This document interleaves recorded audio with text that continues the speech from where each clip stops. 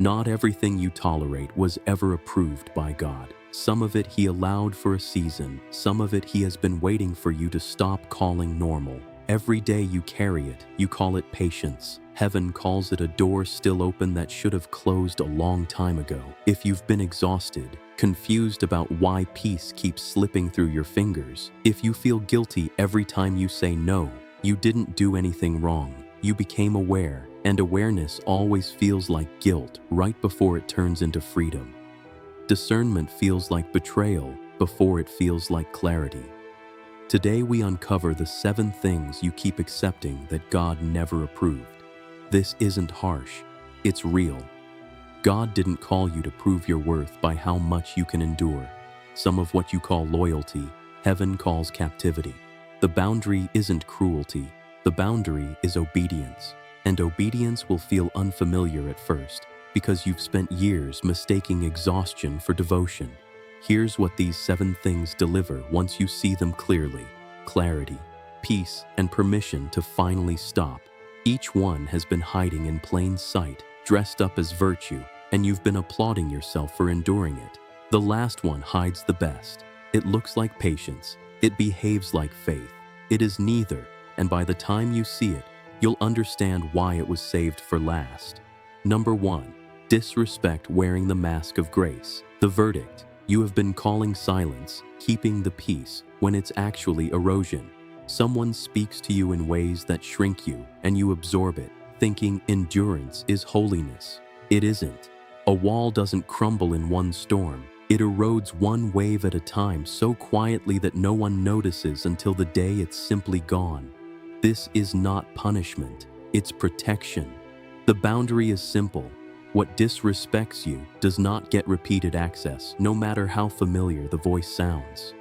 Ignore this, and the erosion becomes your identity. You'll forget what you sounded like before you started shrinking to fit in other people's comfort, and you'll mistake the smaller version of yourself for the mature one. A gentle answer turns away wrath. Proverbs 15:1. But gentleness was never meant to be one-sided forever, which leads to the next place people quietly surrender. Number 2. Guilt that was never assigned to you. The verdict: you have been sentencing yourself for outcomes you never controlled and never chose. Someone else's disappointment becomes your homework. Their bad day becomes your burden to fix. It's like carrying someone else's luggage through your own airport, exhausted, running to a gate, and it isn't even your flight. God is not rejecting you. He's refining you, and refining doesn't include punishing yourself for someone else's choices or someone else's mood. The boundary: return the weight to the one who owns it, even if they never pick it back up. Ignore this, and you'll spend a decade apologizing for things you never actually did, negotiating with a guilt that was never yours to settle. This isn't random. It's the next layer beneath disrespect. Number 3. Silence that protects everyone except you. The verdict: you stay quiet to keep others comfortable while your own peace pays the bill every single time. Silence can be wisdom, or it can be a slow leak nobody notices until the tire is completely flat and you're stranded. Delay isn't denial. Sometimes it's preparation for the exact words you'll need later, said at the right time instead of the convenient one. The boundary: speak the truth that protects your peace, even if it unsettles theirs, even if it costs you the comfort of being liked. Ignore this, and your silence will calcify into resentment that outlives the relationship itself, poisoning every conversation that comes after it, long after the original moment has been forgotten by everyone but you. That's 3. Disrespect disguised as grace, guilt that isn't yours, silence that costs you everything. Notice the pattern. Each one wore the costume of a good quality: patience, humility, peacekeeping. This isn't random. God is sharpening your discernment one layer at a time, peeling back what you thought was virtue to show you what was actually fear wearing its clothes. Now here's the next one. Number 4. Being everyone's rescuer. The verdict: you keep showing up for people who never learn to stand because you keep holding them up before they even try, mistaking your exhaustion for evidence of your love.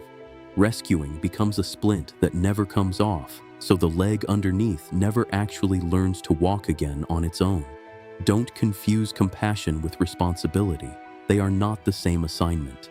The boundary: help does not mean permanent carrying, and love does not mean disappearing into someone else's crisis every time it calls your name.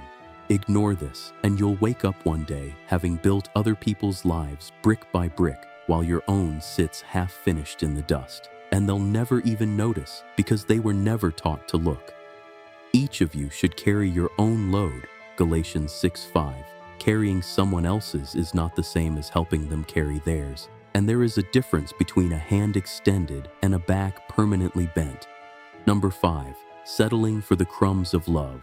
The verdict: you've mistaken inconsistency for mystery and called it romance, called it chemistry, called it worth waiting for.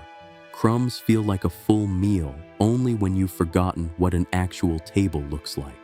Love can say no. Love can also say, not like this. The boundary: consistency is the minimum requirement, not the miracle you should be grateful for.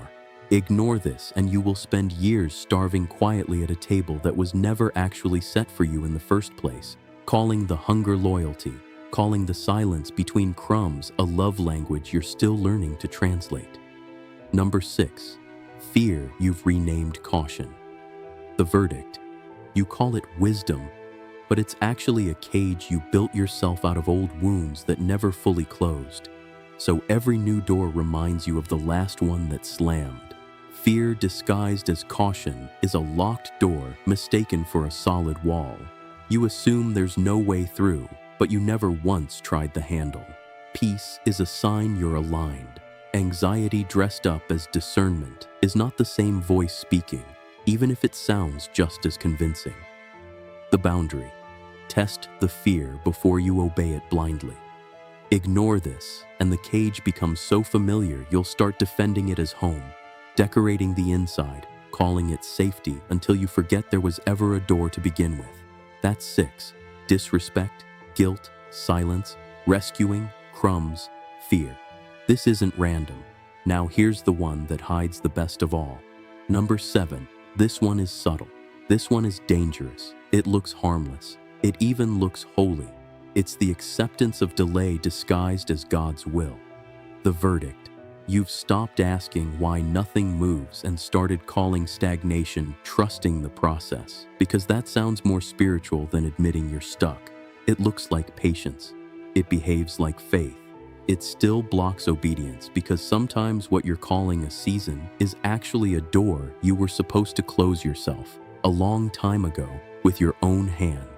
There is a time for everything, Ecclesiastes 3:1, but a time to wait was never meant to become a lifetime sentence you serve out quietly. The consequence of missing this one is the heaviest of all 7. Delay becomes confusion. Confusion becomes a drained spirit, and a drained spirit misses the very assignment it was created for in the first place, standing right in front of an open door and calling it a wall because it's easier than walking through. Love can be firm and still be holy. Obedience was never meant to cost you your peace.